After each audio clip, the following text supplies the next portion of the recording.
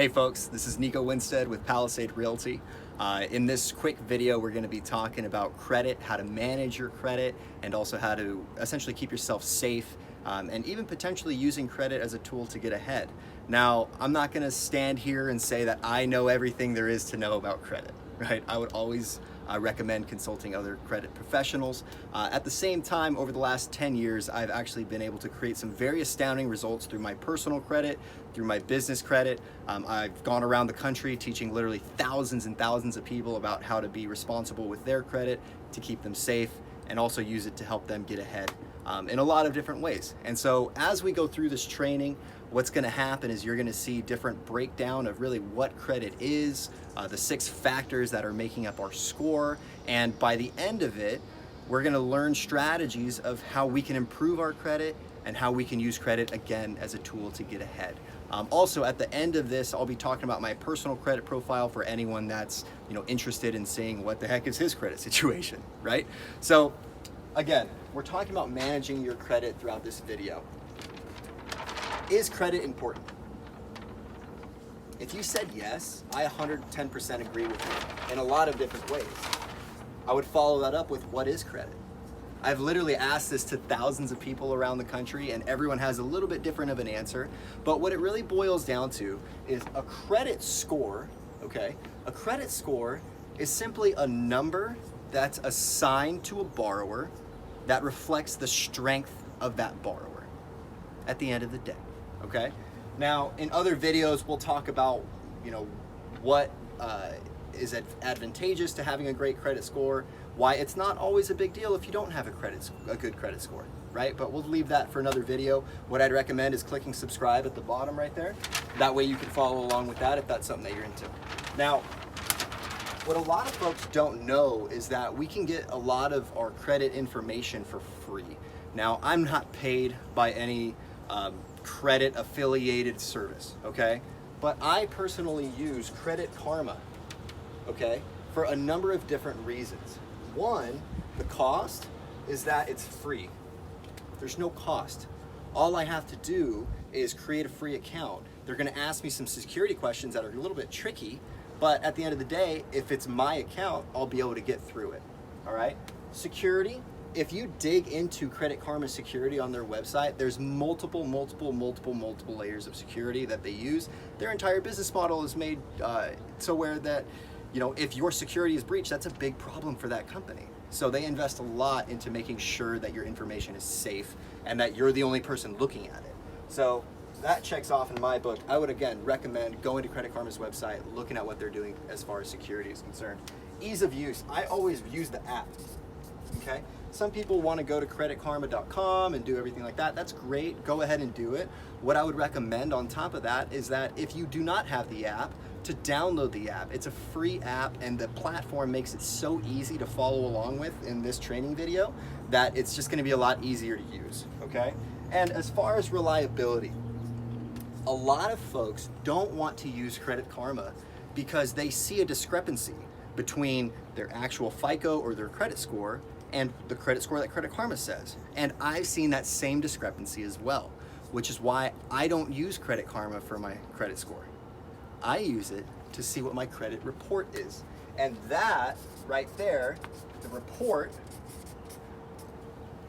is very accurate, very accurate. As far as the score itself, that's secondary. I'm using Credit Karma to see what's on my credit report because at the end of the day, my credit report is based off of 6 different credit factors and that is what's making up my score in the first place. So what we're gonna do is we're gonna talk about the first credit factor, okay? Which is utilization. Utilization is a very simple concept and what I've found is over teaching thousands of people around the country over the last 5 years, I found that not everybody understands utilization very well, okay? So what I'm gonna go through right now is just to make it very, very simple. We're gonna take it away from credit. We're just gonna talk about a cup, okay? This cup right here, as you can see, it's empty, right?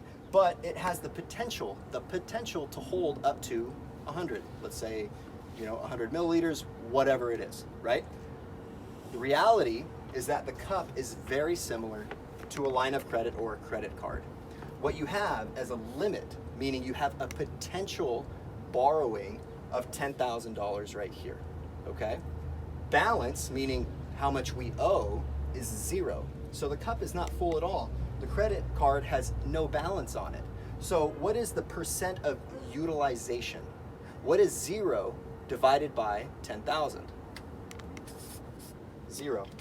There's 0 utilization on this credit card. There's 0 liquid in this cup, okay? We're gonna go to the next example really quick. This cup is half full, 50 out of 100. Ties into a balance of 5 grand out of 10 grand. So what's 5,000 divided by 10,000? It's 0.5, which is 50% utilization. This cup is half full. This credit card is at half of its limit. Therefore, it's at a 50% utilization. Right here, this cup is up to 30, so 30 out of 100. Just like this credit card, 3 grand out of 10 grand. So what is the percentage of utilization? It's actually at 30%. 30%, okay? We'll come back to that in a moment. This cup is totally full. It's 100 out of 100 right now. This credit card, totally used, meaning our balance, what we owe, is 10,000 out of the limit of 10,000. We're maxed out on the card. So what is our utilization percentage? That's 100% right there. It's 100% right there. Now, in order to have a positive effect on your credit score, what they want to see is that you have either 30% or less. 30% or less utilization will positively influence your credit score itself. Because, as you can see on Credit Karma when you go in there, it's actually a high impact. Meaning, this specific factor out of all the 6 has a very high impact. It has a lot of weight on what the credit score is, okay? If you have any questions, feel free to write them down in the comments. I will get to your comments. Feel free to send me a message if it's something personal, and we can handle that one-on-one. Here's the second factor right here, payment history, okay? Ideally, we want to see 100% consistent payment on time, every time, right? But guess what? Sometimes life gets in the way, and sometimes we're late. Sometimes we miss the payment, okay? Now, after talking to thousands of people around the country, what I've seen is that there's a lot of folks that life happened at some point, they caught back up, they're currently on time with their payments, but their credit is still dinged. Why is it dinged? Here's what happens. You have, for instance, I use Verizon for my cellular phone service. Okay, let's say that I lapse on a payment for Verizon. Not only that, I lapse on 2 payments. When I go into Credit Karma and I click on my payment history, if it doesn't say 100%, it's going to have a little section telling me what I've missed, okay? When I click on that, it's going to bring up a simple little chart. This chart across the top is going to have months, and going down, it's going to have years. And throughout the chart, you're going to either see green marks or red marks or yellow marks or orange marks, okay? What that means is green marks means that you're on time. You made the payment as expected. Anything apart from green means that at some point along the way it was late, okay? But here's what happens. For a lot of individuals, they go to the payment history. Their percentage is less than 100%. They click on something and they find that over a year ago, sometimes multiple years ago, they were late on something, but it's still in their score. But guess what? For the past however many months, they've been on time. So that one instance is still hurting their credit score. The good news is that it's super easy to fix. Now, what we do is we have to ask ourselves this very simple question. Have they been paid? Has Verizon been paid? Or am I still late? If they have not been paid, then we gotta work on getting them paid. And we'll talk about that in a moment through the next factor, but that's the reality, is that we need to somehow get them compensated or work out an agreement where that's no longer an issue, okay? Now, if we ask ourselves, have they been paid? And that answer is yes. I paid them months ago. I paid them years ago. It's very, very simple. When we get into Credit Karma and we see this right here, when we scroll down, Whether you're looking at the TransUnion number or you're looking at the Equifax number, when we scroll all the way down, and that's why I suggest using a phone, there's a button that says dispute. And that's what we want to click. When we click that button, that's saying, hey, we need to adjust what's going on right here on this factor. And what they're going to ask us is, are we disputing the ownership or are we disputing the accuracy? Okay? Now, if it's already been paid and it was paid months and months and months ago, we're disputing the accuracy because we're saying, no, I got caught up. I don't owe them anymore. I've already paid them. They've been paid for a long time, right? So when we dispute the accuracy, we're going to go through a simple checklist item. Credit Karma is going to send that dispute to the credit bureaus. The credit bureaus are going to connect with Verizon. Verizon's going to say, yes, they're paid. The credit bureau is going to say, great. And guess what? That red mark becomes a green mark. Guess what? Your percentage gets closer to 100%. Okay? Now, there's another dispute that's going to be as far as ownership. Ownership is going to mainly more or less be, that wasn't me, that's not my account, I don't know what that is. That kind of thing. But in this example, it is my payment, I did miss it, I'm disputing the accuracy now because I paid them months ago. Now, why is this important? Why is this important? It's a high impact on your credit score.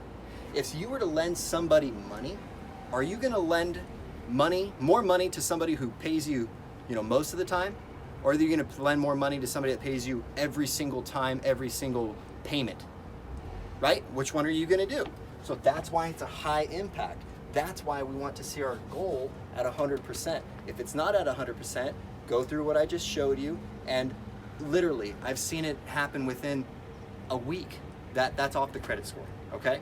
I would say give it a month before you start to get concerned of whether or not it worked, right? Now, the next factor is derogatory marks, and I'm going to be very straight to the point on this. Derogatory marks can be a number of different things. It can be a bankruptcy, it could be a foreclosure, it could be, something went into collections at a certain point. Some of those things just take time. Some of those things we need attorneys and other professionals to help us work through it. Okay? Now, what I've seen is over the last 5 years, traveling around the country, talking to thousands and thousands and thousands of Americans about their credit, is that a lot of folks had something that went into collections at a certain point. Some of them paid the collection agency. But guess what? That derogatory mark is still on their credit. Why? Why does that happen? Here's why. I'm late on Verizon. If I'm late 30 days, Verizon lets the credit bureaus know. The credit bureaus put onto my payment history that I was late 30 days. If I'm late 60 days, Verizon lets them know, the credit bureaus. They put on here that I was 60 days late on that payment. If I'm late 90 days, Verizon sends it to them again, and they put again that he was late 90 days. But then Verizon does something else. A lot of times companies, they don't want to keep chasing down the person that owes them money because that takes resources and money for the company to do. What do they do instead? Sometimes they either hire another company to chase that person down, or they sell the debt to a collection agency. Okay, we'll talk about that a little bit later. If you don't know what I mean by that, I'd recommend subscribing to my videos so that way you can learn more about that, because it's important to understand how debt works. Okay, now what happens is that Verizon goes to this collection agency. The collection agency puts a derogatory mark on the credit report. Okay, how do I know that? If I'm in Credit Karma and I see under derogatory marks that there's even one, I click on it, it's Verizon. When I click on that, it's gonna show me the collection agency's contact information, okay?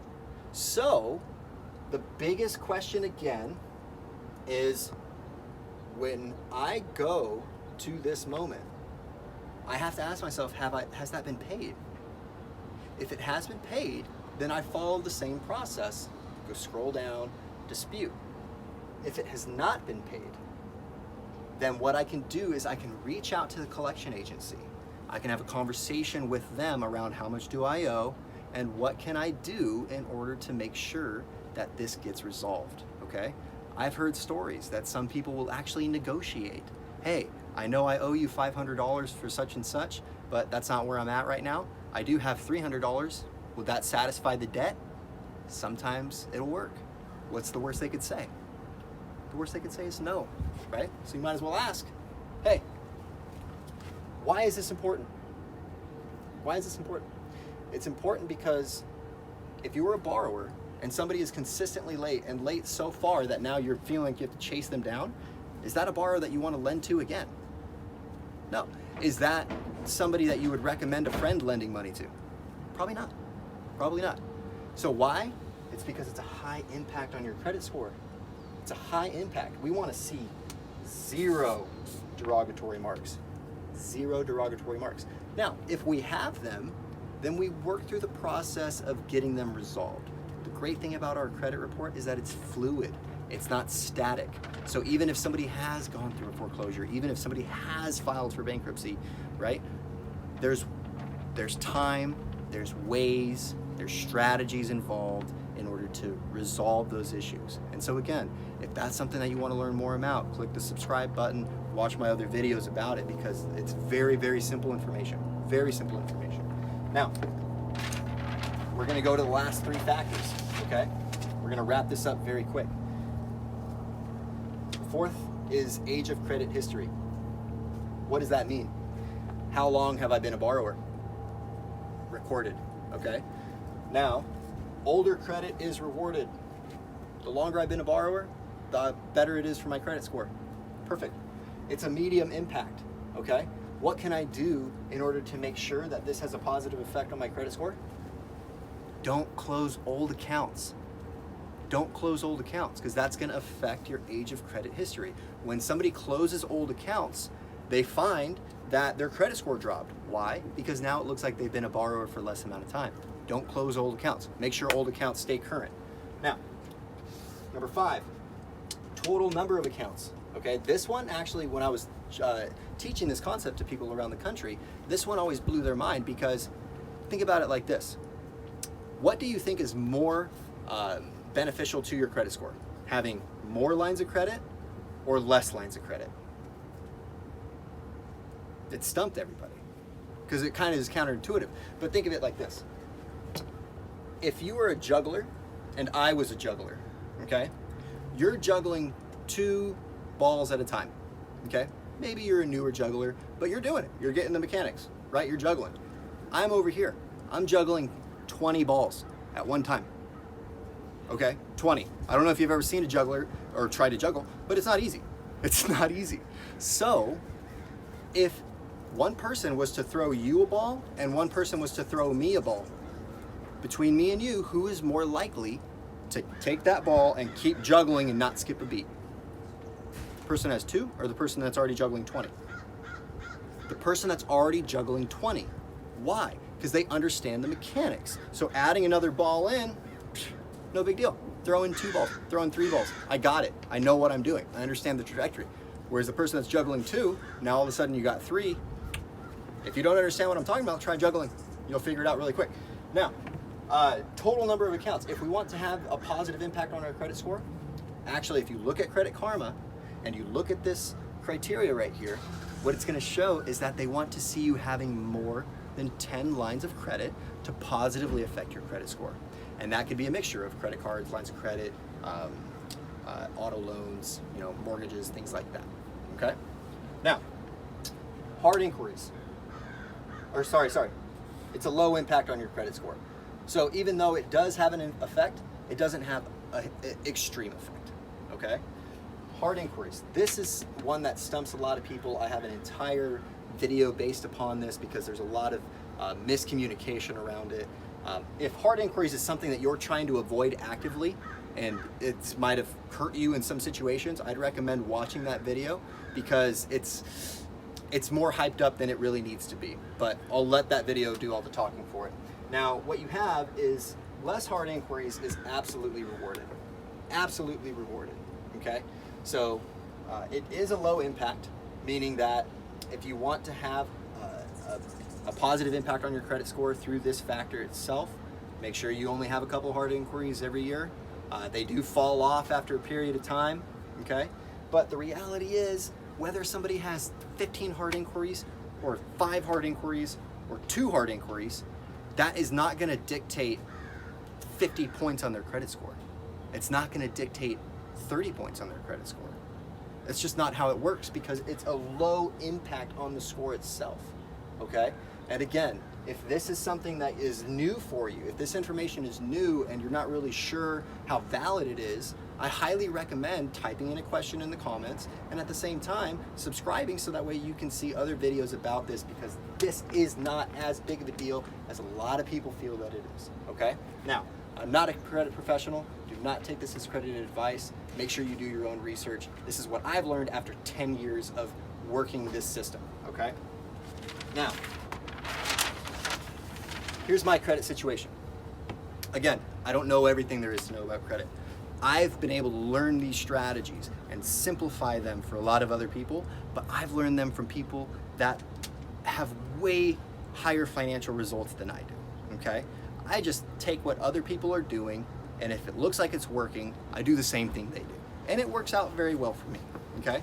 So what I'm gonna show you right now, just so that way you have context around who I am and what's going on, why should I listen to this guy, okay? If you don't wanna listen to me, you don't have to. I'm totally fine with that. I'm making this video for clients and for folks that are looking for answers. So here is what my credit is. This is how I personally use credit, and I'll go into more facets of it in other videos. But just to give you the highlights, what we're looking at, my credit score on Credit Karma is currently at 749, okay? It's not the best, it's not the worst, but it's good. It gets me what I need. Check this out. I don't care about my credit score on Credit Karma. Why? It's inaccurate a lot of the time. So my FICO is at 791. I'm gonna trust this a little bit more than Credit Karma, okay? My oldest currently active account is 7 years, 5 months, okay? And why is it so little? Why is it only 7 years? Because I made the mistake and I closed an old account. And so really it should say something closer to 14 years. But the reality is that I'm learning on the go like a lot of us, and I make mistakes. That's okay. Not gonna do it again.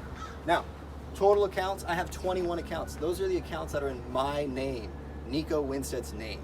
I have business accounts, I manage my wife's accounts. The reality is between my household, between me, my wife, and our companies, we have over 28 different lines of credit and credit cards, okay? Why do we have so many? Because we use them as tools to make more money, because we've been taught of how to do that. If that's something that you want to learn about, subscribe to my video. Now, I have currently 3 hard inquiries on my account. I usually hover between 3 to 8, just depending on how much capital I'm looking to raise over the next 12 to 16 months, all right? Oh, and then here's another big number. Currently, we have over $240,000 available credit. Over $240,000 available credit that I can use. That's somebody else's money. That's somebody else's money that I can write a check for, that I can swipe my credit card for. A chunk of this is at a 0% interest. There's a lot of strategy around this. We're not taught about this in school, but over just a period of 10 years, somebody that had 0 education around this has been able to accumulate over $240,000 through his personal name, not including business, not including household lines of credit, okay? So that's where I'm coming from, and I'm still learning. I don't know everything there is to know. If you know more strategies, type it in the comment box, because I want to learn more. I want to see if there's something that I'm missing, right? So that way I can share that with clients and help other people. So, to wrap all this up, what happened just now is that we went through the strategies of what credit is. We talked about the 6 factors that make up your credit. We talked about how Credit Karma shows us to make it very simple and what factors are going to be more important than other factors. We learned strategies of how to improve our credit as we're moving forward, okay? Now, as we went through this, if you feel more empowered to start making improvements to your credit, if you feel more curious as to how is he using credit to make money, then I congratulate you, because that's what this entire video is about. your time was now well spent, okay? So if that's you, if you've been answering the questions that I've been saying, if you've been following along this whole time, I would ask you this question: did you find value in this video? If you found value in this video, you're gonna like the video, okay? If you found value in this video, you're gonna follow the page. If you found value in this video, you're gonna make a comment, okay? What I would also highly recommend is that you follow the Instagram, you follow the Facebook, because there's gonna be more content around it. I congratulate you. Good luck in your journey. If you have any questions, feel free to let me know. My name is Nico Winstead with Palisade Realty.